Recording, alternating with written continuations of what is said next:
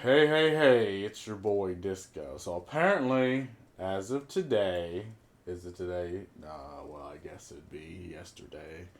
As of yesterday, the SAG strike, the SAG AFTRA strike, is now over. Studios reached tentative deal on new 3-year contract. Now, this isn't the first time there's been a strike, like a writer's strike. If I'm not mistaken, the first time, well, I don't know if this is the first time, but there was one that happened in the early 2000s, 2000 and I think 4 or 5 or between those times, and writers were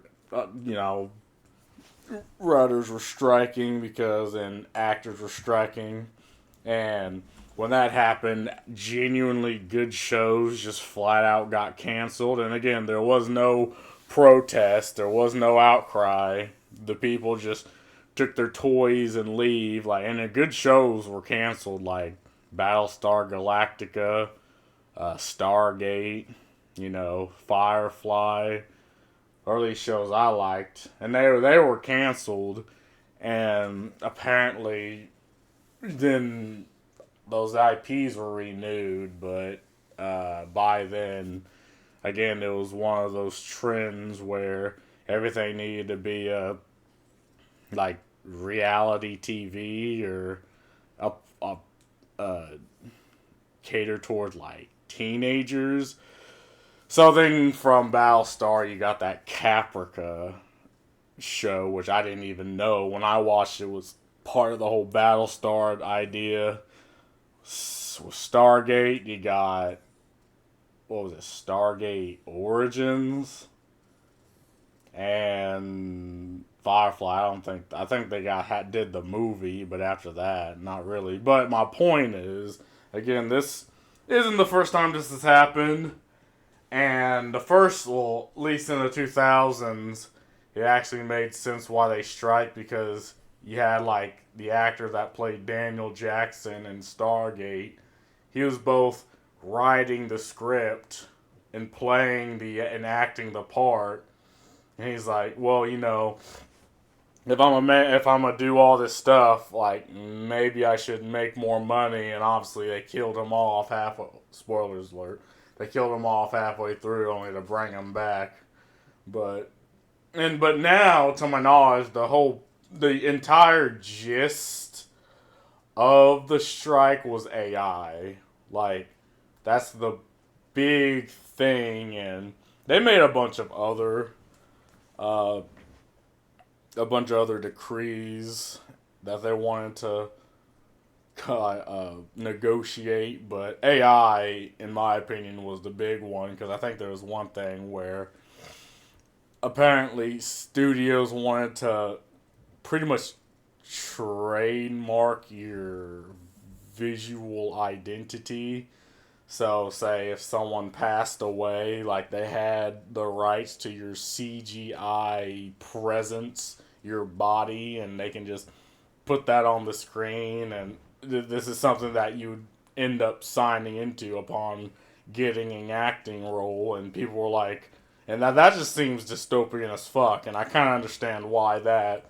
But then you had like Marvel and that, like, the artist that makes the comics for Marvel, and for some reason, like, you look at the comics nowadays, and it's like the art just looks dumb. It looks just like something that doesn't even look appealing or anything. And they're also mad that AI was going to take over, and all this culminated into the strike.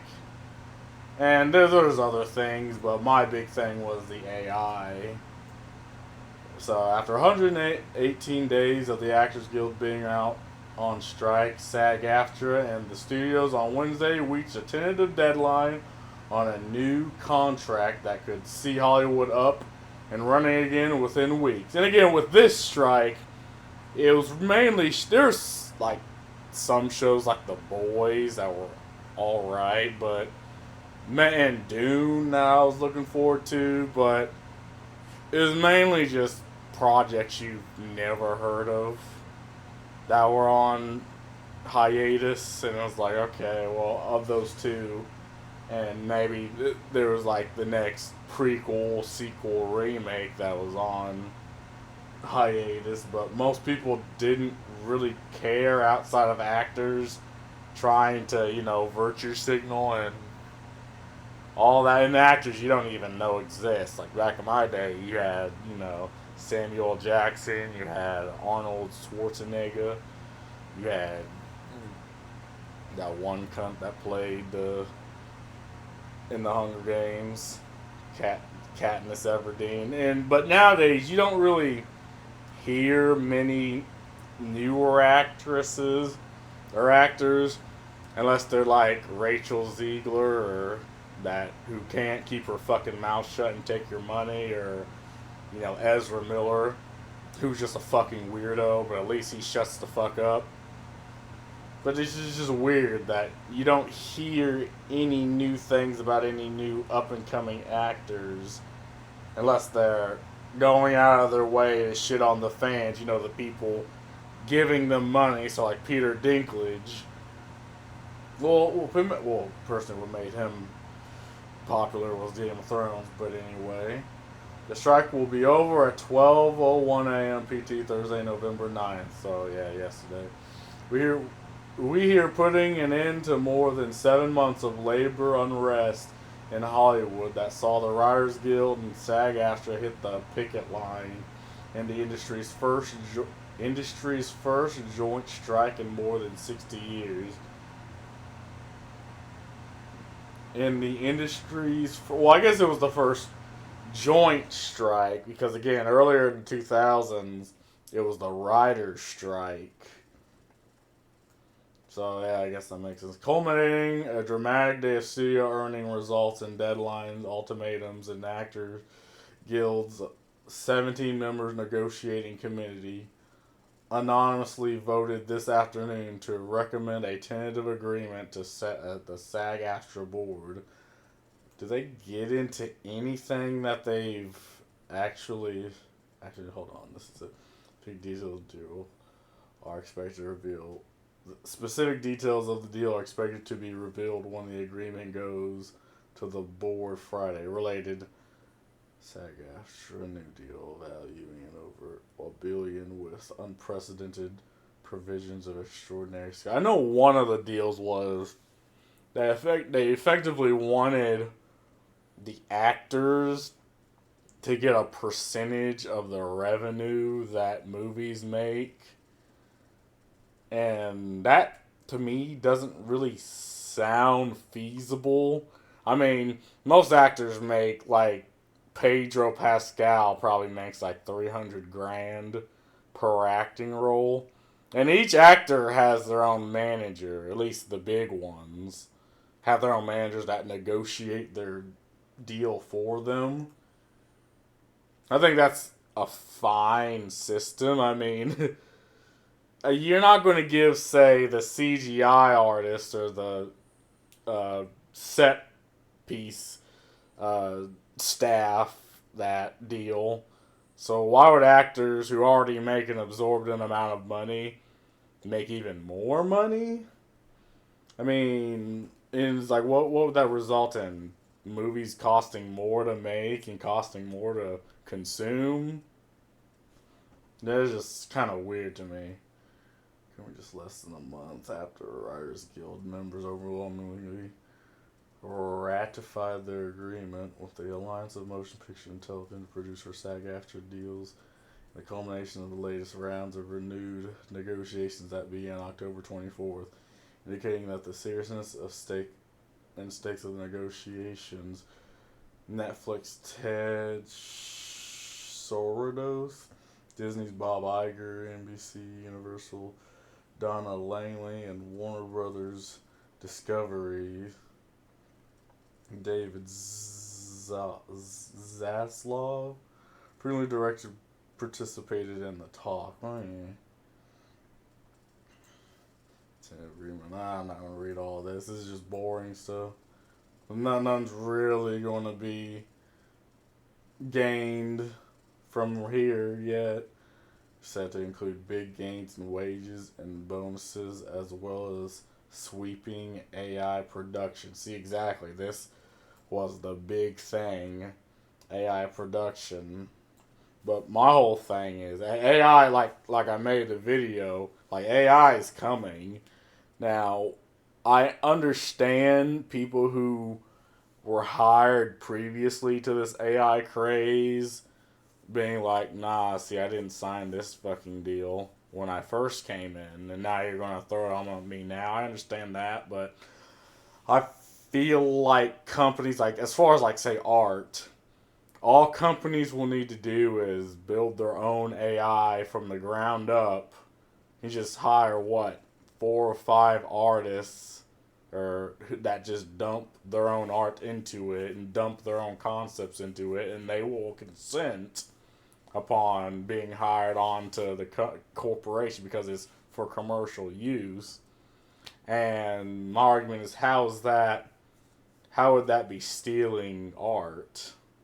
Like, and again, you have situations like in South Park, when they did the whole Gangnam Style thing, and like the person tried to sue them for the whole Gangnam Style because they pretty much matched it word for word, pixel for pixel, just in South Park. But South Park ended up winning that case because, the thing with copyright is people assume if 1%, if 0.001% is used in the production of a thing, of something that already exists, is used when making a thing, that's infringing on copyright. And it's like, no. It's like, copyright, to my knowledge, there's a percentage of something you can use because that falls under parody. And parody, I think, as anyone can agree, or at least online, as far as copyright, is fine. Like, even it left, like, in this, again, in South Park, they used the whole Gangnam Style word for word, no, the whole length of it, but it was in South Park, and they end up winning because, again, they just used enough of that video to where it did not infringe on copyright. And my argument is, art is kind of the same way, because if it wasn't, like, you hear artists all the time being like, oh yeah, I take inspiration from this or inspiration from that, but if we're going to apply the same rules to AI, like, then any artist that say they took an inspiration, we can just say, oh, that, I guess they stole it. But again, I agree, machines don't have the same rights as individuals. Like, they don't have human rights, but what I'm saying is there will be laws that eventually there will be laws that defend companies and corporations using AI, while the little guy, like, they can't. Like, if I wanted to use an AI, because I can't write or do art or shit, but say if but I'm pretty creative, and to say if I wanted to put that creativity to, like, visually out there, and I use AI to do it, I'm the bad guy. And it's like, okay, so you're telling me I need to, what, go into college, get, what, 5 digits in student loan debt, just only to fail because I suck at drawing, and that's what is required for me to put my artistic degree out there, or hire someone to do the art for me. Like, again, this is the thing about technology. It streamlines that entire process. People said the same thing about Photoshop. And it's like, oh, so you're saying you can put your image on the computer and color it in without actually using a brush? And people were like, yes. He's like, isn't that cheating? And he's like, yes, absolutely. That is absolutely cheating. But again, if you are a good artist, you're in the best possible position to benefit from Photoshop, and you are in the best possible position to benefit from AI art. But not gonna redo that whole video in here. We didn't come towards you, we came all the way to you. Sanders told guild leaders Saturday before SAG AFTRA brass began digging into the fine print. Further talks between the two sides began earlier this week as the guild pored over the studio's latest set of proposals. Yeah, and see, I believe these are all some of the movies that had to restart the production. Deadpool 3, Gladiator 2, Beetlejuice 2, and all these. Venom 3. Nah. Let's pick it one. But yeah, anyway, I'm probably not going to go over all this. My thing was, again, the AI that people started flipping shit over. And again, what you want to do in the case of AI is prove to the studio that, having actual people there is a bigger benefit than, investing in the AI. So, again, what you need is to market yourself.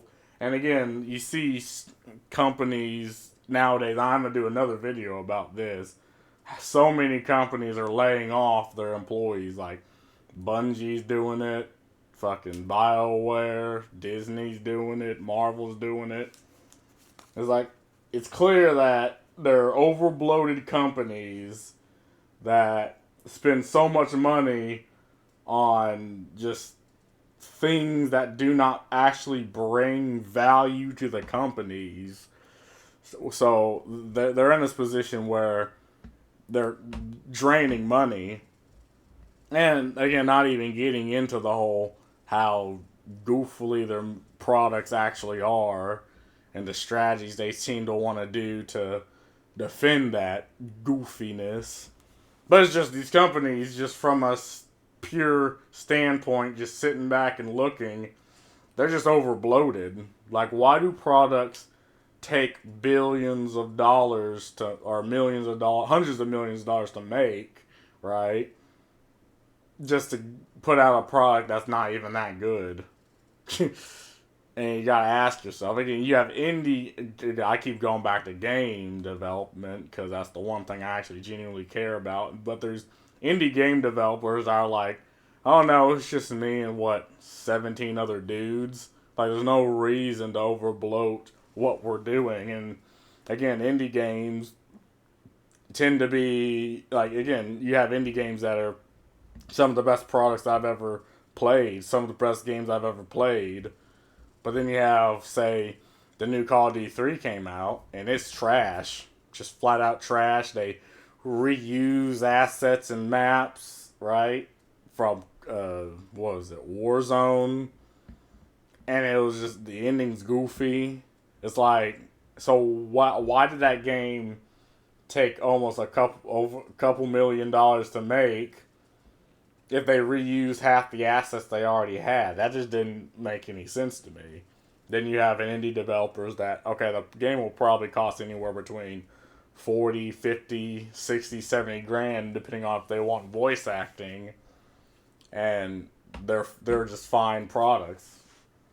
On October 18, after Netflix stated in the Q3 earnings report that talks were ongoing and started a search of the guild, really broke our momentum towards a deal. Crabtree, Ireland calls BS. So they pretty much just argued. The best way to reach a deal and end this strike is for him and other CEOs to end their walkout from the bargaining table and resume negotiation. SAG AFTRA International Director and Chief Negotiator told Deadline, "We have been and remain ready to continue to talk every day." So again, I think make no mistake, I think the strike is a good thing, because you'll have things and companies such as Marvel and Disney and DC, or even like Activision and even game companies actually looking at their catalog and be like, okay, who's making us money and who's losing us money?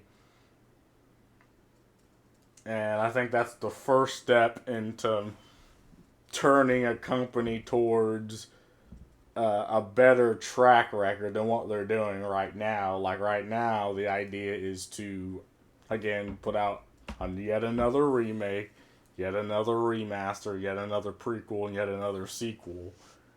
And the market doesn't want this. Like, the market is sick and fucking tired of this. Like, the Marvels just came out, and again, everyone universally agrees, and I think there's an article I'm probably going to read and do a video on. People just do not like that.